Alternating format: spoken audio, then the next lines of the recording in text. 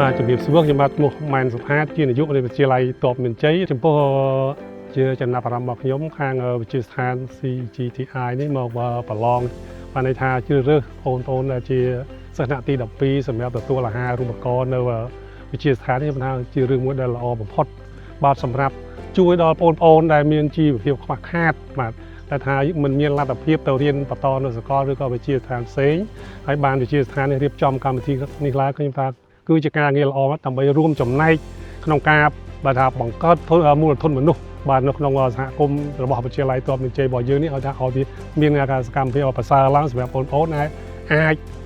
ចទៅបម្រើការងារនៅកន្លែងផ្សេងទទួលបានការជោគជ័យបាទនេះខ្ញុំឈ្មោះខុនសេរីមីនេះខ្ញុំមកពីវិទ្យាល័យតបមានជ័យហើយសប្តាហ៍នេះគឺនេះខ្ញុំសិក្សានៅថ្នាក់ទី12សេខ្ញុំបាទឈ្មោះផនសិលីខ្ញុំមកពីសាលាវិទ្យាល័យតបមានជ័យរៀនថ្នាក់ទី12សេខ្ញុំឈ្មោះមេសុជាតាខ្ញុំរៀននៅវិទ្យាល័យតបមានជ័យការប្រឡងនេះជួយ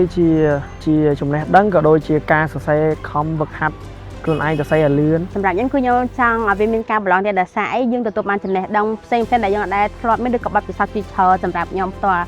ផងដែរខ្ញុំគិតថាឲ្យអាហារូបករណ៍របស់ CTI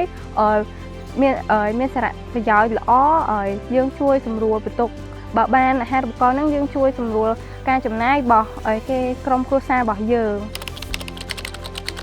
សម្រាប់ខ្ញុំគឺខ្ញុំជ្រើសរើសជំនាញ IE ដែលសារតែអាចឲ្យខ្ញុំដឹងពីឧស្សាហកម្មឬក៏ផលិតកម្មជាច្រើនដែលខ្ញុំចង់ដឹងហើយអាចស្វែងយល់ពីវត្ថុធាតុដើមឬក៏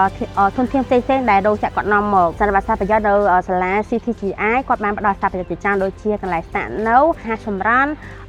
ថ្នាក់សាភាសាចិនថ្នាក់ភាសាអង់គ្លេសនិងថ្នាក់កុំព្យូទ័រមិនតែប៉ុណ្ណោះសម្រាប់និស្សិតដែលគាត់បានបញ្ចប់ការសិក្សានៅ CGTI គាត់ក៏ស្វែងរកការងារដែលមានប្រាក់បួនចាប់ពី280ឡើងទៅការប្រឡងនេះខ្ញុំសង្ឃឹម80%ទេបងហើយបើសិនជាអាចក៏ចង់ឲ្យមាននៅកាសក្រោយមួយទៀតផងដែរ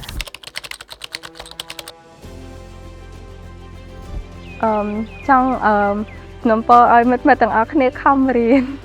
ដើម្បីប្រឡងនៅថ្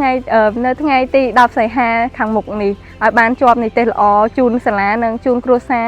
និងសម្រាប់ខ្លួនឯងតទៅមុខ